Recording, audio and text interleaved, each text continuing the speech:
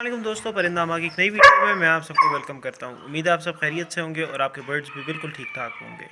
दोस्तों, आज बड़े अरसे बाद मैं एक नई वीडियो अपलोड कर रहा हूं जो कि बहुत इन्फॉर्मेटिव होगी और जो हमारे फार्मर्स हजरात हैं उनके लिए बहुत ज़्यादा एक नॉलेजेबल ये वीडियो होगी।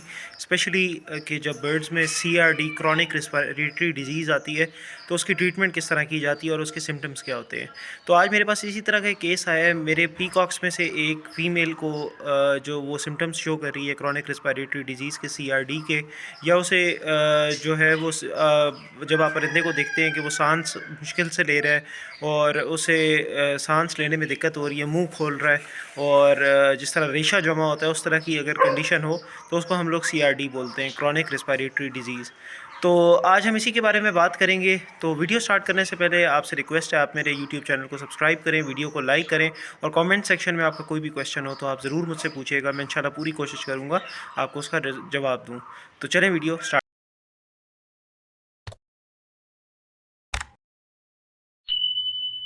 कि इशू क्या है ताकि आप लोग समझ सकें।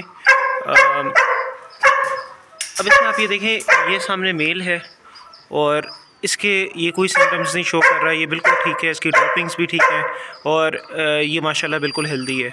मगर अगर आप फीमेल को देखें तो आप क्लियरली देख सकते हैं कि इससे सांस लेने में दुश्वारी हो रही है, ये बार बार अपना मुंह खोल रही है। तो आज हम इसी के बारे में बात करेंगे कि इसकी ट्रीटमेंट क्या है और जब बर्ड इस तरह के सिम्टम्स शो करे इसको आइडेंटिफाई किस तरह करना है और इसको ट्रीट किस तरह करना है। तो आज हम इसी के बारे में, CRD के बारे में बात करेंगे। ये बड़ी एक जानलेवा बीमारी है। अगर ये ज़्यादा प्रोलॉन्ग हो जाए तो आपका परिंदा मर भी सकता है और इनकी जो है वो लेइंग कैपेसिटी जो है वो बड़ी इफ़ेक्ट होती है। ब्रीडिंग सीज़न अभी शुरू होने वाला है तो उस वजह से मैंने डिसाइड किया कि मैं इसको हम लोग इसके इलाज की तरफ जाएँ और इसको जैसे ही मैंने देखा तो उसकी ट्रीटमेंट मैंने शुरू कर दी है। तो काफ़ी फार्मर्स हज़रात को इस चीज़ का नहीं पता होता और वो मुख्तलिफ़ तरीके आज़माते रहते हैं और फिर उनका बर्ड एट द एंड जो है वो बहुत लेट हो जाते हैं और बर्ड एक्सपायर हो जाता है। तो ये आप देख सकते हैं ये सांस किस तरह ले रही है। तो अभी हम लोग जो है वो इसकी ट्रीटमेंट के बारे में बात करते हैं। अच्छा व्यूअर्स, आप देख सकते हैं इसमें मेरे पास मेडिसिन्स मौजूद हैं। हम सबसे पहले इसमें मैं आपको वन बाय वन बताऊंगा। ये एंड्रोफ्लॉक्सासिन है, ये आपको किसी भी अच्छे वेटरनरी स्टोर से मिल सकता है और ये साइमंस कंपनी की है। और अगर हम इसकी इंडिकेशंस देखें तो recommended for the control and treatment of infections caused by E coli, Salmonella, Pasteurella, और ये डिफरेंट इसमें बैक्टीरियाज़ हैं, माइकोप्लाज्मा। और ये जो है इसमें क्लियरली मेंशन्ड है कि ये एक एंटीबायोटिक है और effective against secondary bacterial infections in large animals, poultry and fancy birds. तो इसके अंदर अगर हम देखें इसमें क्या चीज़ मौजूद है तो इसमें एंड्रोफ्लॉक्सासिन इसका सॉल्ट है जो इसमें 10 ग्राम मौजूद है। और इसकी डोजेज अगर हम देखें तो ये 1 ml पर 2 litre of drinking water for 3 days. तो ये जो है ये बड़ी इफ़ेक्टिव है, मगर ये अकेला काम नहीं करती। अगर आपके बर्ड को कोई अर्ली सिम्टम्स शो हो रहे हैं, इस तरह मुंह खोल रहा है, तो 1 लीटर पानी के अंदर आप इसमें 2 लीटर मेंशन्ड है, मगर आप 1 लीटर पानी के अंदर 1 cc एंड्रोफ्लॉक्सासिन और सेकेंडली मेरे पास मौजूद है टाइलोफर्सिन।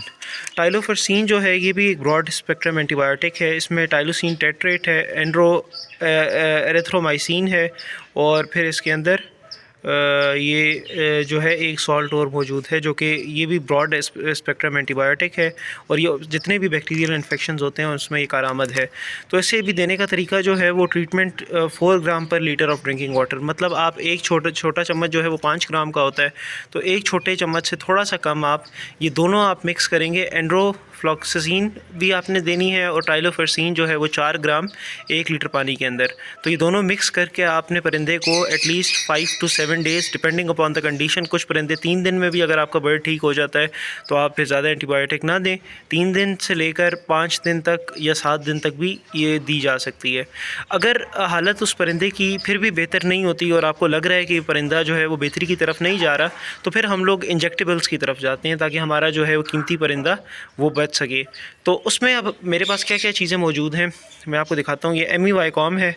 एमीवाइकॉम बेसिकली ये मल्टी विटामिन्स होते हैं और जो है वो ये बेसिकली जो परिंदा जो वीक हो जाता है और बीमारी की वजह से ये उसको कवर करता है।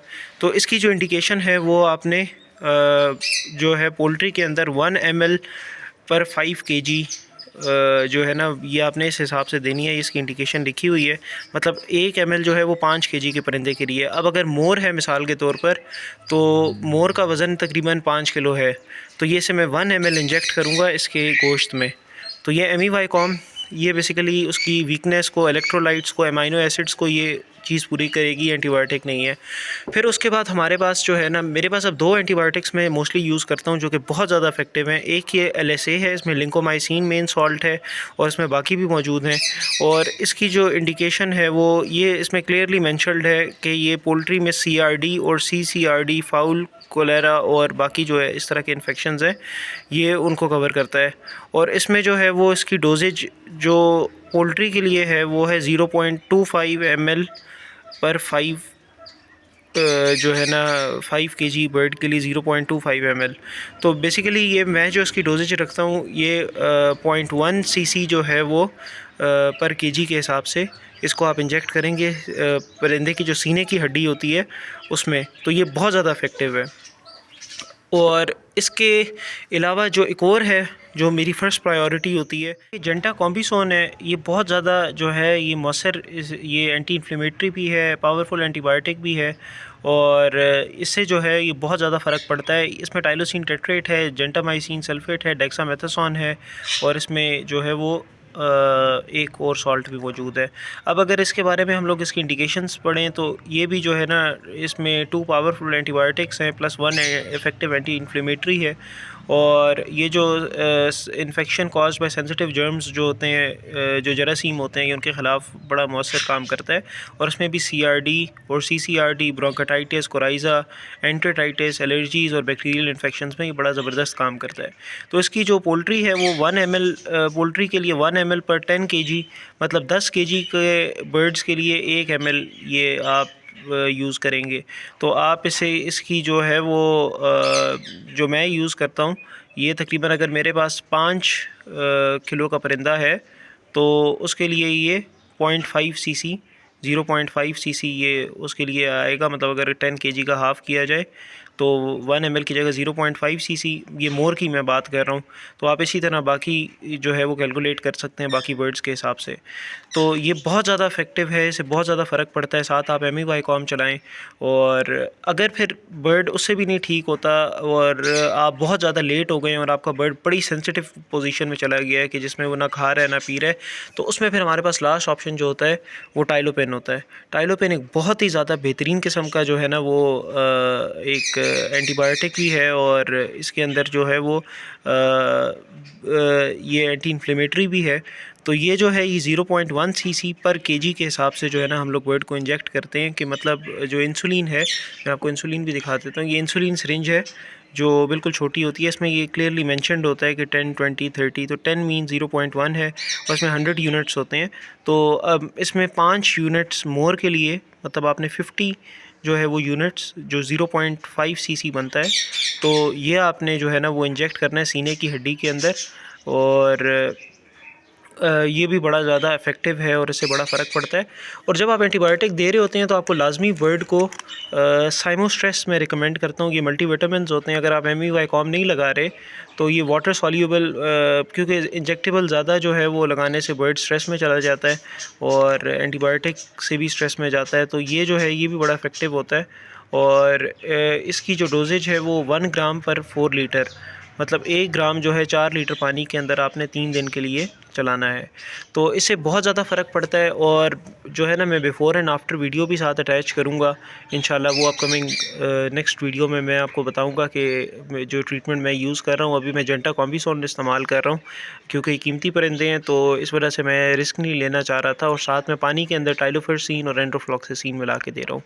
तो आपसे मैं रिज़ल्ट भी शेयर करूँगा। उम्मीद है ये वीडियो फार्मर के लिए काफ़ी ज़्यादा हेल्पफुल होगी। और अल्लाह ताला आप सबके परिंदों को अपने हिफ्ज़ व अमान में रखे। और जो है वो उम्मीद है कि अभी जो ब्रीडिंग सीज़न शुरू हो चुका है, अल्लाह ताला इसे बाइस बरकत बनाए और तमाम भाइयों के शौक़ को सलामत रखे। बहुत बहुत शुक्रिया। अल्लाह हाफ़िज़।